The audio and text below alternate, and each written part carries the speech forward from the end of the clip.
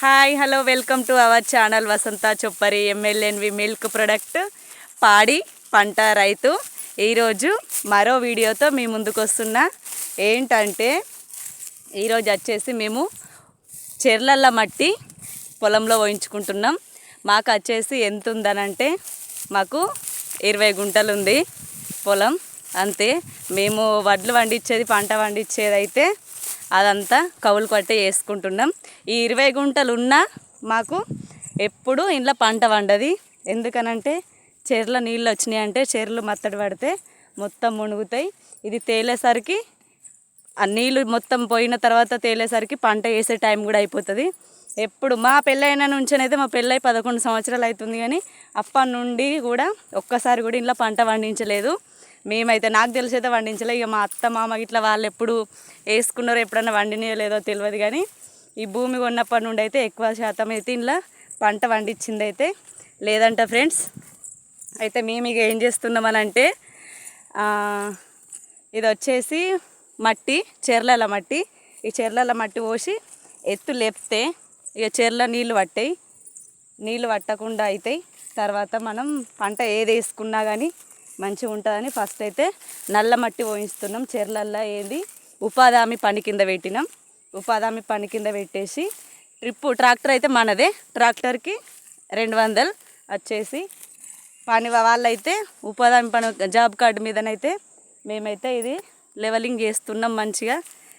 ఇప్పుడు మొత్తం ఇక ప్రైవేట్ జాబులు వద్దు అని వ్యవసాయం ముద్దు అన్నట్టుగా మేము ఇక జాబులు అవి ఇవి వాటి కోసం లేదు, మొత్తం ఇక వ్యవసాయం మీద పడ్డాం. ఉన్న 20 గుంటలైనా పంట వండేటట్టు చేసుకోవాలని ఇక ఇట్లా ఈ ప్రయత్నం అయితే చేస్తున్నాం ఫ్రెండ్స్. ఈరోజు అయితే మొదలు పెట్టిర్రు. ఎన్ని ట్రిప్పులు వచ్చేసినాయి అంటే ఈరోజు ఒక్కరోజు ఎంత 6 ట్రిప్పులు 7 ట్రిప్పులు కొట్టిర్రు ఫ్రెండ్స్. చూసిర్రా మట్టి. పాపం పిల్లలే వీళ్ళకైతే పొద్దున 7:30కు పోయి ఇప్పుడు 11 అవుతుంది. 11కి వాళ్ళు వెళ్ళిపోయారు. ఇక నేనైతే ఈ వీడియో మీకోసం యూజ్ అవుతుంది, మా కష్టం ఎంత కష్టపడుతున్నామో చెప్పుదామని ఈ వీడియోలో అయితే వచ్చిన. చూడండి ఇగో ఈ స్తంభం గాడుపు ద్వారాలు వచ్చినప్పుడు ఇరికి కింద పడిపోయింది పొలంలోనే.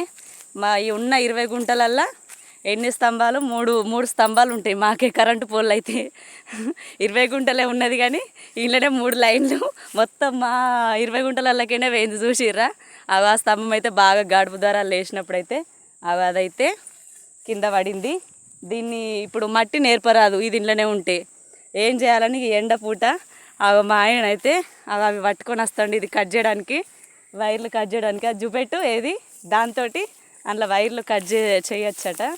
లోపల భూమిలో నుండి ఉన్నాయి, ఇక ఇది వైర్లు అది మొత్తం కట్ చేస్తే ఈ స్తంభం పక్కకి ట్రాక్టర్కి ఇట్లా వచ్చినప్పుడు దానికి తాళ్ళు కట్టి ఇక పైనకి ఇగ్గాలి. ఇక మళ్ళీ రేపటి నుండి పని సాగాలనంటే ఇదంతా మట్టి పోసుకుంటూ వస్తారు కదా, మళ్ళీ ఇంట్లో ఇది అడుక్క అయిపోతుంది. ఏదన్నా దున్నేటప్పుడు టైర్ల కట్టిడు తలుగుతుంది. కాబట్టి ఇక ఇప్పుడైతే ఈ ఎండ అయినా సరే ఇక ఎండ లేదు నీడ లేదు వ్యవసాయం చేస్తే ఎప్పుడైనా చేసుడే.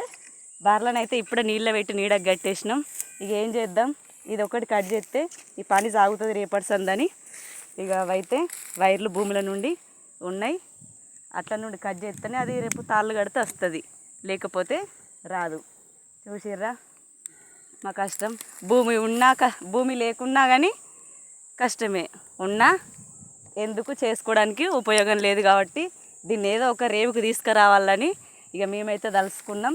ఈ నల్లమట్టి పోసినాక ఎన్ని ట్రిప్పులు పడుతుందో దాదాపు ఎన్ని ట్రిప్పులు పడుతుందో 20 గుంటలకు కామెంట్ బాక్స్లో కామెంట్ చేయండి, చూద్దాం అందాద ఎన్ని పడితే. మేమైతే 100 అనుకుంటున్నాం.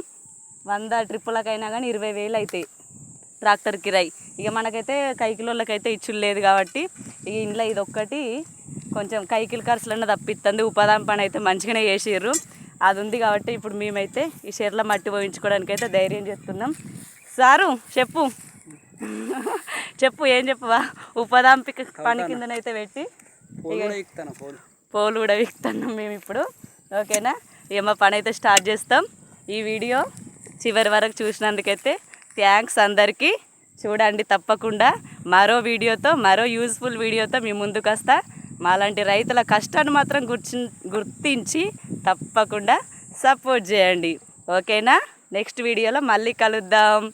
Keep smiling. Bye bye. Bye చెప్పండి.